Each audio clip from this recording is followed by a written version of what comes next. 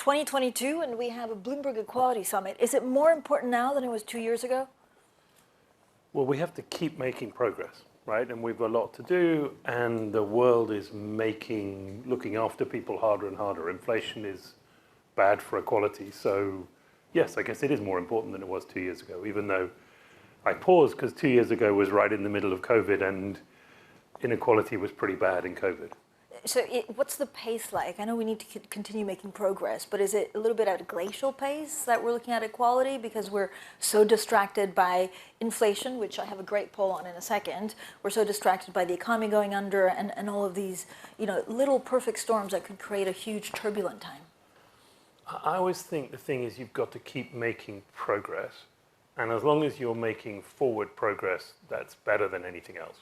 Right? So it's easy to complain things aren't going quickly enough, and I wish they were. I've been in the city for nearly 40 years. There's been an enormous amount of progress here, but it's still got a lot further to go. I was interested in that tech panel just before.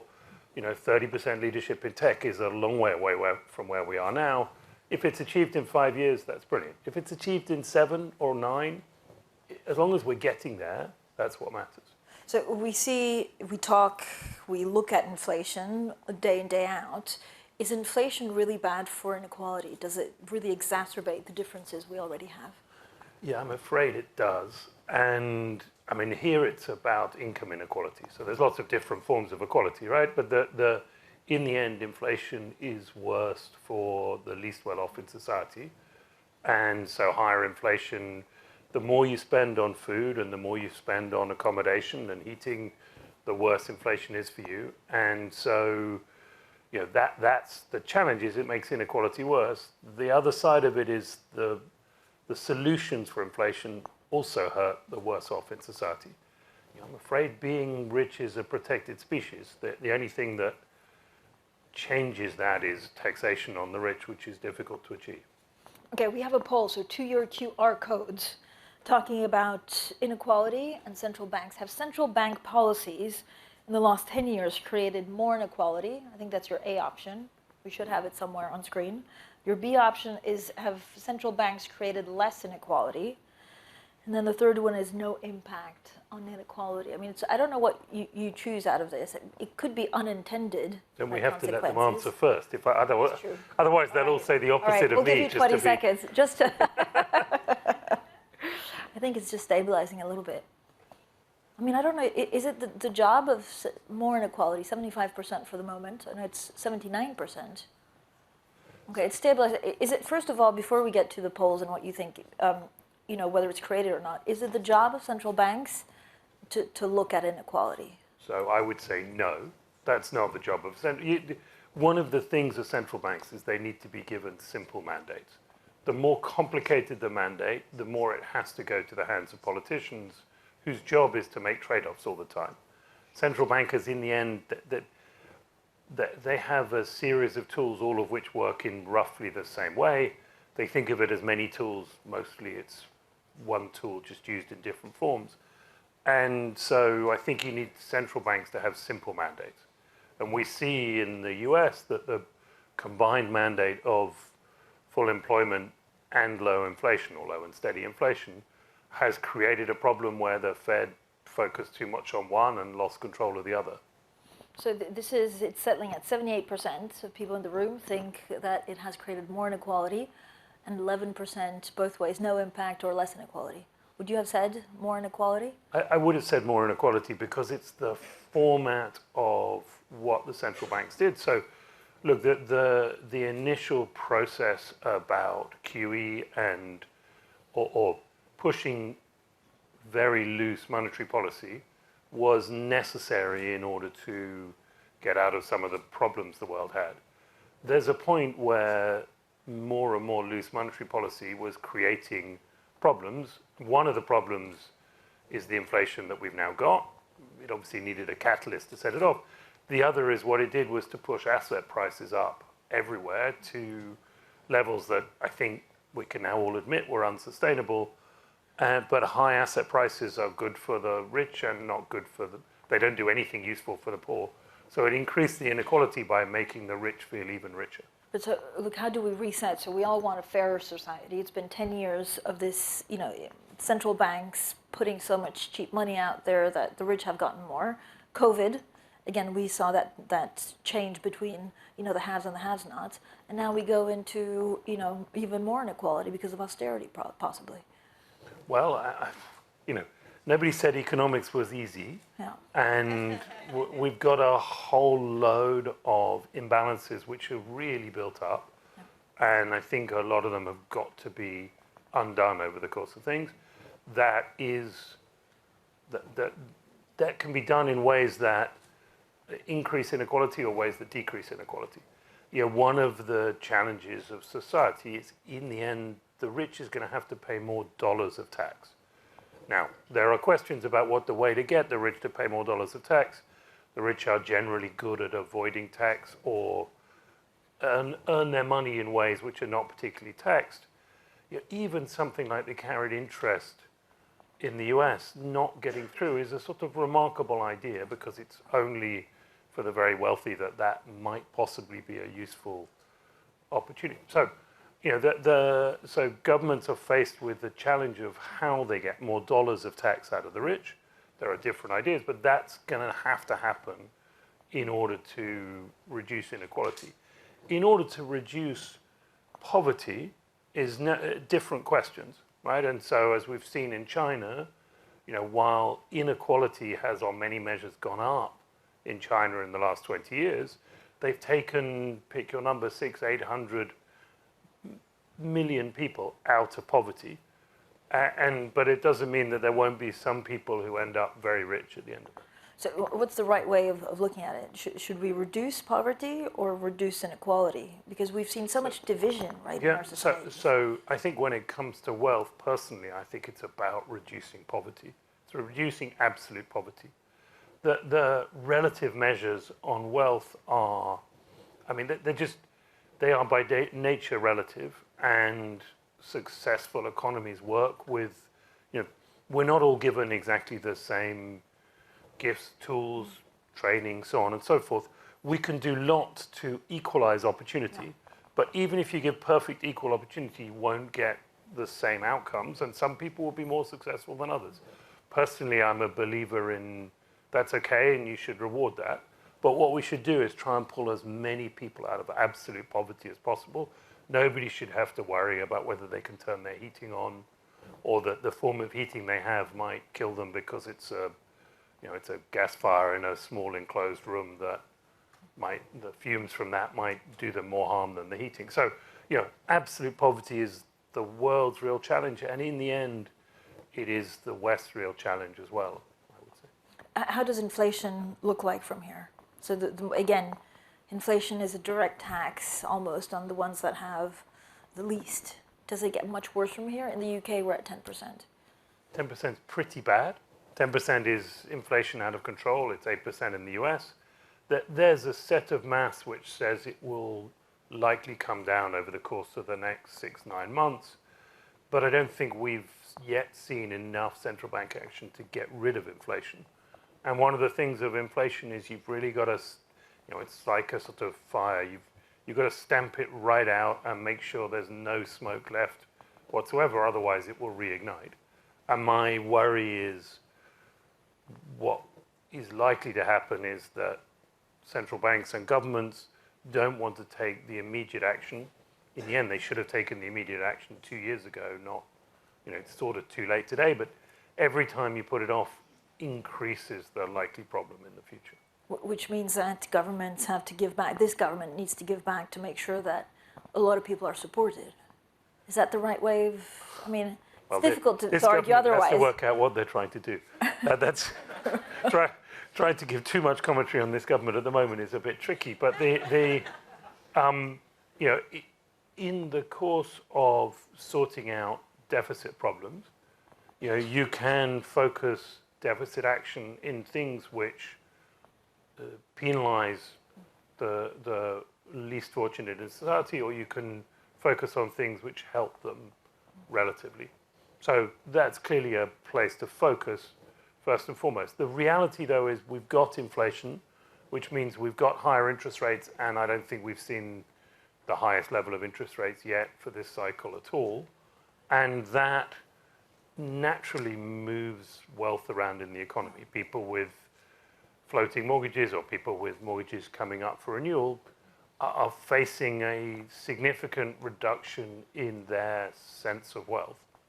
You know, I'm afraid that's what happens in these things. If you don't have a mortgage, higher interest rates are not that much of a problem. But how much, again, this is a huge readjustment, especially for, it's a generational, society where we're just not used to high inflation. We're not used to mortgages at like 5-6%. Yeah, it's definitely a generational question. My first mortgage had a 17% coupon, if I remember rightly. And in my career, 5% was a normal government interest rate. I learned all the tricks for how you present value bonds and worked out duration off a 5% coupon because it was nice and easy. A 5-year, 5% coupon has a 4-year duration. It was like, that was the sort of rules of thumb you learn. No rules anymore. And so that was the middle of the range. And you're right, in the last 20 years, people have got used to the idea that 1-2% interest rates is the middle of the range. History says 2% is not a high enough interest rate for the middle of the range. And so, there are plenty of individuals and plenty of businesses and plenty of governments that have taken on too much debt on the assumption interest rates would always be very low. What's that done? That they pulled consumption forward and they're going to have to pay it back now, I'm afraid. So we talked a little bit about the government. Until last Thursday, it was, I'm sure even now, but it was certainly until last Thursday, it was the most diverse government in the UK in the last 40 years. Mm-hmm. Does that make a difference? I think it's, look, in thinking about equality of opportunity is super important. And 30 years ago, we used to have a white male government and that was it. And to have a very diverse government shows opportunities have been increased to get into politics if that's what you want to do. We can debate whether that's a good thing to want to do, but lots of people do. And I think it was one of David Cameron's best achievements was to really broaden the people that were coming into the Conservative Party in politics. And as you can see, that there's quite an open process for getting to the top of that. So that's a good thing, and it shows people role models and opportunity. Now, it would be nicer if they were more successful role models than getting to the top and then falling over, right? But I think focusing on getting broad access to good education, broad access to getting into interesting jobs, broad access to promotion through life, we should all want 100% of society to have the chance to be the best they can be. In the UK, we have a problem with white working class boys who, are some of the part of society with the least aspiration for what they can achieve and thereby achieving very little. So one should be careful about using any physical metric as the one way to think about equality of opportunity, diversity. Every piece matters, and that's one of the challenges, right? It's like we all want to pick one thing and focus on it, and increasing gender diversity is super important. Increasing racial diversity is super important, but equally so is the thing of looking after any of the other parts of society that don't get equal opportunity. But so that's what, just making a fairer society, and what are the priorities that is for what any government? equality is about, right? Right. And how do you achieve that? Is it apprenticeships? Like, how do you get people? I'm not a believer in there being any silver bullet that will sort all of these things out. One of the things I thought was going to come out when the person before talked about if you can get to 30%, and suddenly she started talking about that was a gender one, but you get to 30% of some equality, some minority becoming 30% in a particular operation in a business, she started talking about returns. Actually, what I've seen is if you can get to 30%, what happens is equality of voice. So when we started trying to diversify our board, the first woman on our board had a terribly difficult time getting heard and wanting to talk up. Once we got to 3 women out of 10 people on the board, suddenly it was sort of much easier, and everybody listened, and then we went from 3 to 5 and a gender equal board really quickly because it was natural. I think that type of thing, you have to get to critical mass, and you get to critical mass with a series on whatever the thing you're trying to change. It takes a lot of proactive effort, make something, and the changes are small. But if you keep doing it, you get to a point where momentum takes over, and you achieve critical mass, momentum takes over, and after that, it's easy. And that's how you get away from groupthink, I guess. Oh, so I mean that's the point from if you're in a people business, if you're in a knowledge business, which we certainly are, everybody in the city is in some form, the more different thought processes you can have into an idea, the better the likely collective answer will be.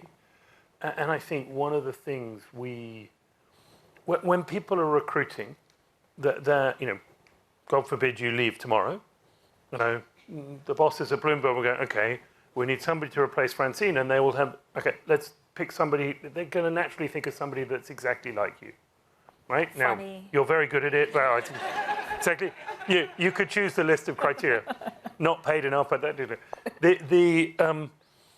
The thing is, because they're looking for somebody who can replace you immediately tomorrow. And if you want somebody to replace someone immediately tomorrow, you naturally hire in their image. Because that's you create a Francine-sized hole, and therefore a perfectly Francine-looking person is the natural replacement. What we realized and try to do now is to not think about who's the right person to hire to fill a gap today, but rather who is the person we can hire that in 3 years' time, this team will be more productive. And it's a sort of subtle but actually really important leap in mentality, because that gives the person time to pick up the specialist skills that, the next person that takes over from you won't be as practiced at doing the things you do because you've been doing them. But will they in 3 years be part of a good team? That's how, and it's collective IQ is much better than individual IQ. But that's hard because it's also looking at the trends of what happens to your business in 3 years. Yeah, but you should be thinking ahead in running a business. You should be at least 3 years. Like sort of, I mean, it's not easy to get to this job. It's not supposed to be easy when you get there, right? If you are leading an organization, even if you're just leading a team, you've got there because you hopefully have shown some special skills, not just survivability. And what's one of those things is about how do you build a team and how do you keep the team operating together. But a really important thing shouldn't be looking at your feet every day and what's immediately here, but looking up and looking ahead and thinking about how is this team going to be in 3 years' time.